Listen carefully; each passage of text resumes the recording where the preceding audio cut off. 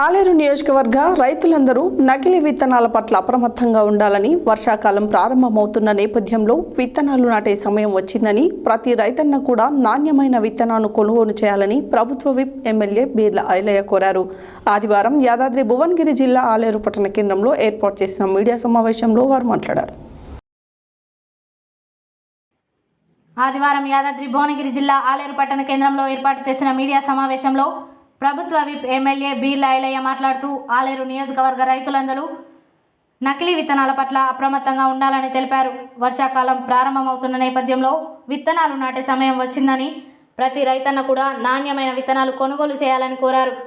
నకిలీ విత్తనాలు ఉండకుండా అధికారులు చర్యలు చేపట్టాలని, నకిలీ విత్తనాలు ఎరువులు అమ్మితే వారిపై చట్టబద్ధ చర్యలు ప్రభుత్వం తీసుకుంటుందని అన్నారు. వ్యవసాయ శాఖ మంత్రి తుమ్మల నాగేశ్వరరావు ఎక్కడా నకిలీ విత్తనాలు ఎరువులు అమ్మటానికి వీలు లేకుండా అధికారులను ఆదేశించారని, సబ్సిడీ మీద రైతులందరికీ విత్తనాలు అందించాలని కాంగ్రెస్ ప్రభుత్వం నిర్ణయించిందని తెలిపారు. రైతన్నల అభివృద్ధి లక్ష్యంగా కాంగ్రెస్ పార్టీ ప్రభుత్వం పనిచేస్తుందని అన్నారు. ఈ కార్యక్రమంలో టీపీసీసీ రాష్ట్ర కార్యదర్శి జనగాం ఉపేందర్ రెడ్డి, పట్టణ అధ్యక్షుడు ఎంఏ ఎజాజ్, యాదగిరిగుట్ట ఎంపీపీ చీర శ్రీశైలం, కట్టెగుమ్మల సాగర్ రెడ్డి, బీజని భాస్కర్, తుంగకుమార్, కుల్ల నరసింహులు, పిక్క శ్రీనివాస్, ముదిగొండ శ్రీకాంత్, ఉట్కూరి సురేష్, జట్ట సిద్ధులు, సుంకారి విక్రమ్, మొరుగు శ్రీధర్, ప్రజాప్రతినిధులు తదితరులు పాల్గొన్నారు.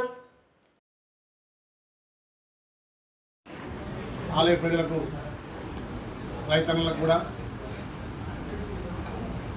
ముందుగానే వర్షాలు స్టార్ట్ అయినాయి. రేపు మే 20 తారీఖు రోని కార్తీ నుంచి కూడా విత్తనాలు నాటే సమయం వచ్చింది కాబట్టి ప్రతి రైతన్న కూడా నాణ్యమైన విత్తనాలు వాడుకొని పంట దిగుబడి వచ్చే విధంగా ముందుకెళ్లాలని చెప్పి విజ్ఞప్తి చేస్తూ, నిన్న గౌరవ వ్యవసాయ శాఖ మంత్రి తుమ్మల నాగేశ్వరరావు కూడా అధికారులను ఆదేశించడం జరిగింది. ఎక్కడ కూడా నకిలీ విత్తనాలకు తాగుండకూడదు. నకిలీ విత్తనాలు కానీ నకిలీ ఎరువులు కానీ ఈ కాంగ్రెస్ పార్టీ ప్రభుత్వంలో జరగకూడదు. ప్రతి రైతులను ఆదుకోవాలి. రైతులకు కూడా సబ్సిడీ మీద విత్తనాలు ఇవ్వాలని చెప్పి వేరుశనగ కానీ, మొక్కజొన్న కానీ, ఇంకా ఇతరత్ర నువ్వులు కానీ, ఆముదాలు కానీ, కందులు కానీ సబ్సిడీ మీద అందించాలని చెప్పి అధికారులను ఆదేశించడం జరిగింది.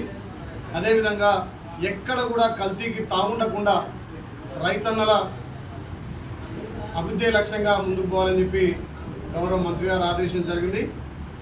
అదేవిధంగా గౌరవ ముఖ్యమంత్రి కూడా ఎలక్షన్లప్పుడు ఏదైతే మాట ఇచ్చిండో ఆ మాట ప్రకారం నేనే మంత్రివర్గంతో సమావేశం ఏర్పాటు చేసి ఏదైతే ఆగస్టు 15 తారీఖులోపు రుణమాఫీ చేస్తున్నామో ఆ రుణమాఫీ కోసం కసరత్తు చేసి రైతులకు సబ్సిడీ కానీ, ఈ ఖరీఫ్ సీజన్లో ప్రతి పంటకు బీమా కల్పించడం కోసం ఏ రైతు కూడా పంట వల్ల నష్టపోవద్దు, దానికి కూడా బీమా కల్పించాలని చెప్పి కార్యాచరణ కోసం నిన్నే మంత్రివర్గ సమావేశం ఏర్పాటు చేస్తే ఈసీ గారు దానికి పర్మిషన్ ఇవ్వకపోవడంతో నిన్న మీటింగ్ ఆగిపోవడం. రేపు మాకు గౌరవ మంత్రి గారు, ముఖ్యమంత్రి గారు, మంత్రివర్గం కూడా ఢిల్లీకి వెళ్ళి ఈసీ గారితో పర్మిషన్ తీసుకొని రైతులకు అన్ని విధాలా ఆదుకోవడం కోసం, ఎరువులు కానీ విత్తనాలు కానీ సబ్సిడీ ఇవ్వడం కోసం, అదేవిధంగా రుణమాఫీ విషయంలో కార్పొరేషన్ ఏర్పాటు చేసి దాని ద్వారా ప్రతి రైతుకు 2 లక్షల రుణమాఫీ చేయాలని చెప్పి గౌరవ ముఖ్యమంత్రి కార్యాచరణ చేస్తుంటే,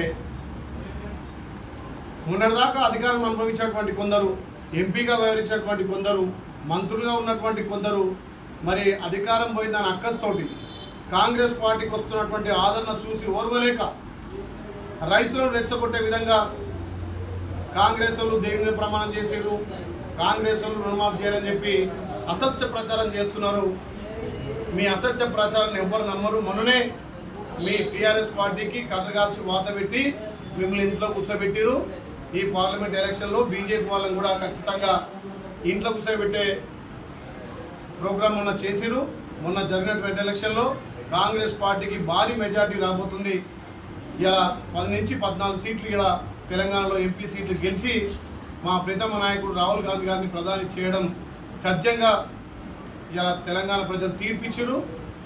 అందులో భాగంగా ఆలేరు ప్రజలు కూడా మొన్న నన్ను ఆశీర్వదించినట్టుగా మా ఎంపీ అభ్యర్థి చామల కిరణ్ కుమార్ కూడా ఆశీర్వదించి భారీ మెజార్టీ ఇచ్చే దిశగా మనం ఓట్లు వేసారు కాబట్టి వాళ్ళందరికీ ధన్యవాదాలు తెలియజేస్తూ ముఖ్యంగా రైతన్నలు కూడా ఎక్కడ దిగాలు పడాల్సిన అవసరం లేదు. ప్రతి రైతుకు కాంగ్రెస్ పార్టీ అండ ఉంటుంది. ముఖ్యమంత్రి గారు మొన్న ప్రజాపాలన ద్వారా ఇందిరమ్మ ఇళ్ళకు కానీ రేషన్ కార్డులకు కానీ అదేవిధంగా వాళ్ళకు సంబంధించినటువంటి పెన్షన్లకు కూడా దరఖాస్తు చేసుకోమని చెప్పినాం. ఎవరైనా అందులో ప్రజాపాలనలో దరఖాస్తు మిస్ అయితే కూడా ఖచ్చితంగా మీరు మళ్ళీ దరఖాస్తు చేసుకోవచ్చు. గౌరవ ముఖ్యమంత్రి గారు ప్రతి నియోజకవర్గానికి 3500 ఇందిరమ్మ ఇల్లు ఇచ్చారు.